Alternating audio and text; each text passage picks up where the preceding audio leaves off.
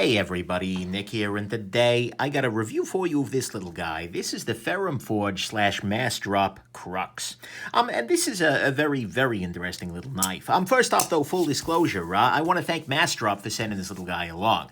They sent this guy to me as a review sample. I have done my best not to let this affect my judgment. I told them, as I always have, that, I'm going to give the full good, great, the bad, and the ugly. It might be a gem, it might be junk, and, they still wanted to send it along. But we do have to assume that this is going to be the very best quality-controlled Ferrum Forge Massdrop Crux ever, so, keep that one in mind.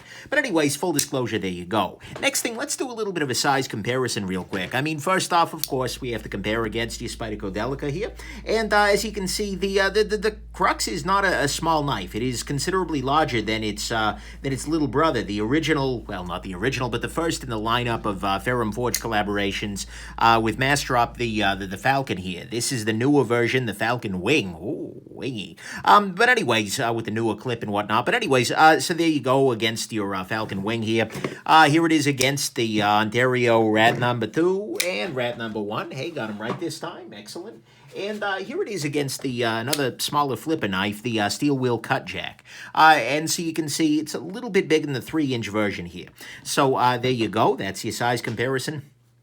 Next thing to note about this collaboration. So Massdrop is a large online site kind of thing, and they have been lately working on building sort of these collaborations with various different knife makers. And Ferrum Forge is among them, actually. I think their first one. And Ferrum Forge, in case you all don't know, is the pair of guys absolutely crazy in the very best of ways. Guys out of the California area, and they have been designing knives, making knives of their own for a long time, but now they're working with Massdrop and We Knives, who's the maker of this guy, to create this little lineup here. And so this is definitely a Ferrum Forge. It's definitely a We Knife in terms of construction. And it's Massdrop is doing all the handling and the distributing and whatnot. So anyways, there you go. Let's go on ahead and jump into the good, the great, the bad, and the ugly of your Ferrum Forge Massdrop Crux here. Get to the crux of the matter.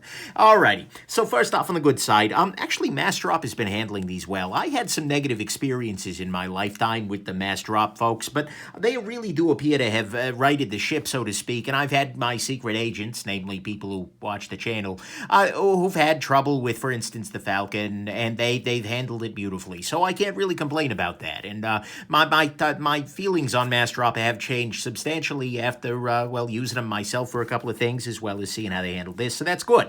And this is, by the way, going to be something that's ongoing available. It's not just like one drop and it's done, and so that's excellent. Next thing, ergonomically speaking, this is very, very good. You've got two choices of grip here. You can grip as so, with hammer and everything like that. I guess you could also Wolverine grip it. I'm not going to judge you. But and you can also choke up a little bit and use the finger choil. This might not be possible for everybody because this isn't a huge finger choil. Even comparing it to the steel wheel here, finger choil-wise, it's not ginormous, but you know what? It works. It's absolutely a fine choil, and for me, this is actually a very comfortable grip for it. But you got good ergonomics in both cases. There are only a couple of little hot spots, namely the clip here and then the corner of this little lanyard hole area, but ergonomically speaking, this is very good. Next thing that's very good about this knife is this blade. This is a blade made of S35VN steel, which is a great steel, one of my very favorite steels.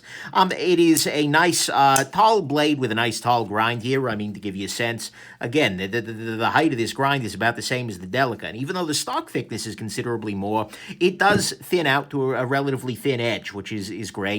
It's also got a very nice swedge along the top of it here, which is well done, and all the corners and whatnot are beautifully, it's not like sharp corners and everything like that, and so, look, I love this blade. This is a very, very nice blade, and it cuts things just beautifully. I have no complaints with this as a cutting tool, so that's good. Next thing, the size on this actually feels pretty good.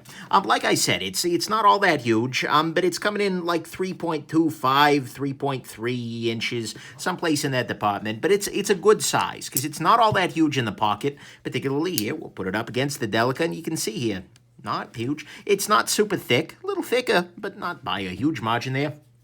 This is just a very nice size for everyday carry. It's more than enough tool, but it's not too much for any particular use. It feels very, very solid. It's a nice, thick, frame, titanium frame lock sort of knife. And you know, it's solid on all directions, particularly now that I've taken it apart and got it, but it locks shut like a freaking bank vault. It feels really, really nice in that way. Fit and finish on this guy is very, very good. Holding it up against the light, you see no gaps around the backspacer here. The action, the smoothness are very, very good. I mean, this is WE knives really at their best. They're making an incredible fit and finish piece here with a great action and whatnot, and that's great. And speaking of that action, oh my God, is the action on this guy nice, because it fires 100% of the time reliably. It's got just a delightful detent. And again, we can assume that this one has been picked because it's absolutely great, but still, this is a great action on this knife, and even on the shut, absolutely, even bounce there. Absolutely good to go in terms of that. And then finally, on the good side, the price on this knife is great.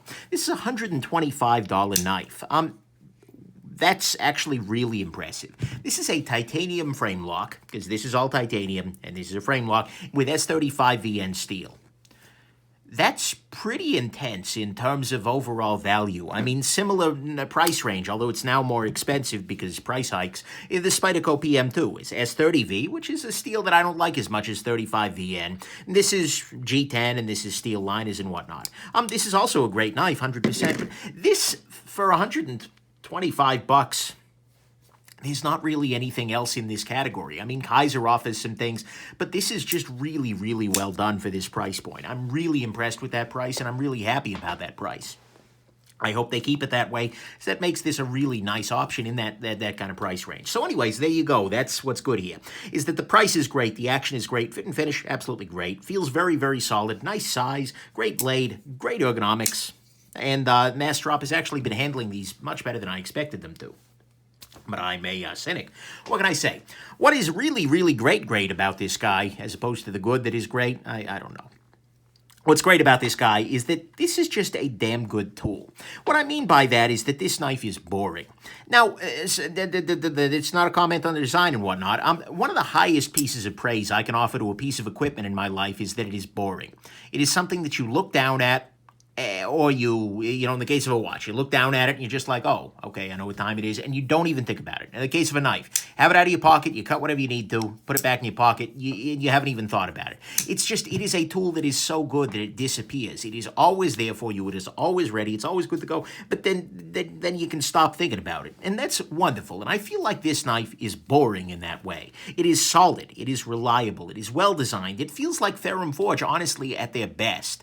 This feels like the Ferrum Forge Archbishop, which was an incredible knife, except, you know, in a size that's more palatable to me at least, but still, this is just a great damn tool. On days that I was carrying this knife and I needed my knife, it was just like, oh yeah, this is going to be good. This is the right tool. This is a great tool. And I never once, there are many knives that I carry and it's like, oh, that's right, I'm carrying that guy. But this one is just like, yeah. So that's great to me, is that this is just a damn good tool. And I think it's got the potential for many people to just be boring, to be so damn good at what it does. Just stop thinking about it. And to me, that is just one of the nicest things you can say about a tool.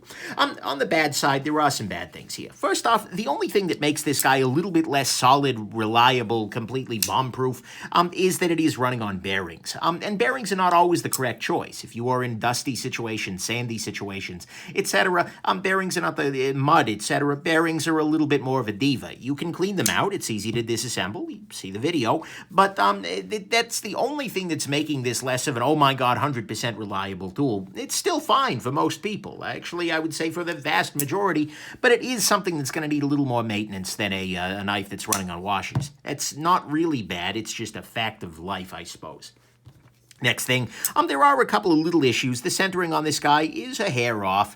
It's yeah, that's not a big deal. The blasting on this guy is absolutely strong, and you can see it does show some snail trails here.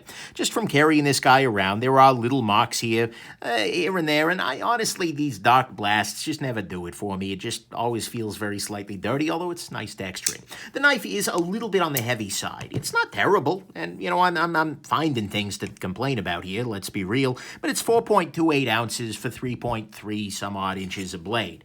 So it's a little little bit on the heavy side. There's not like heavy internal milling or anything like that makes this lighter than it appears, but the balance is absolutely fine, so that's good. But it is heavy. There is a hot spot off of the milled clip on this guy.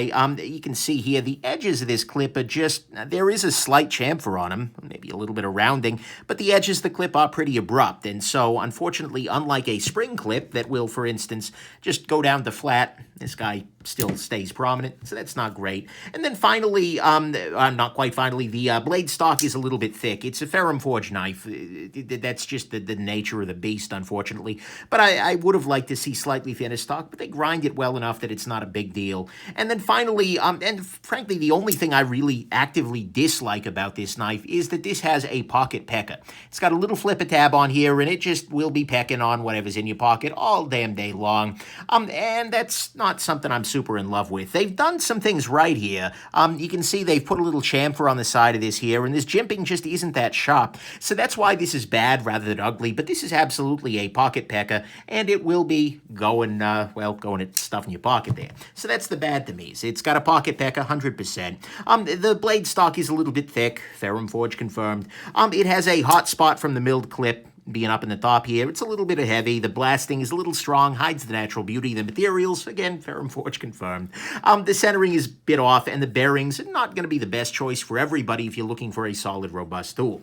On the ugly side, honestly, there's nothing ugly here. This is just a really solid piece, and so we'll go into my final conclusion, in which I will state that this is a really solid piece. So look, in my Ferrum Forge Falcon review, I stated that this is a great knife. This is the new version with the wing and whatnot.